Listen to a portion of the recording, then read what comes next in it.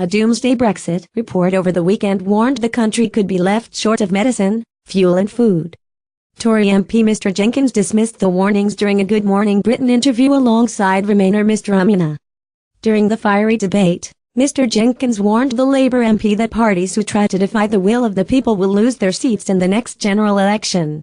He said, "Most of the politicians, when we all voted for the referendum, most of the politicians thought the referendum would be lost by Leave.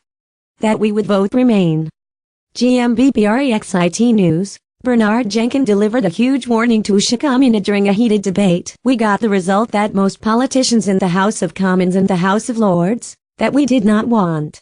The question is, are those politicians going to respect the result, or are they going to fight the British people to try and change the result?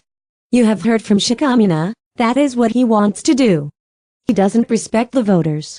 Most constituencies, over 60% of constituencies voted Leave, and any party which stands in the way of the Leave vote after all of the debate we have had for so many decades, is going to find itself in big trouble at the next general election.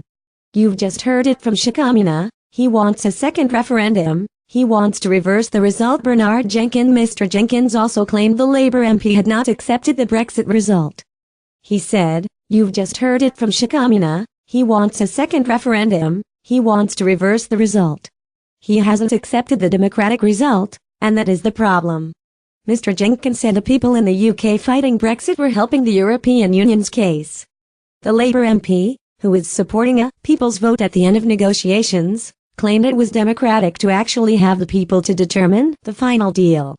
Mr Umunna added, "I don't think you can thwart the will of the people if at the end of the day the people are the ones to determine whether or not to accept the deal. You put them back in the driving seat. There are so many different things that have changed. I don't like Brexit, I wish it wasn't happening, but I don't get to decide it.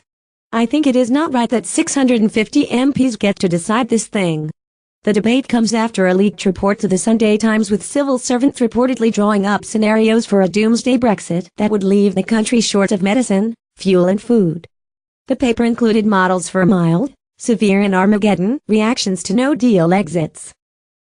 A spokesman for the Department for Exiting the European Union rejected the claims, adding, "A significant amount of work and decision-making has gone into our no-deal plans, especially where it relates to ports, and we know that none of this would come to pass."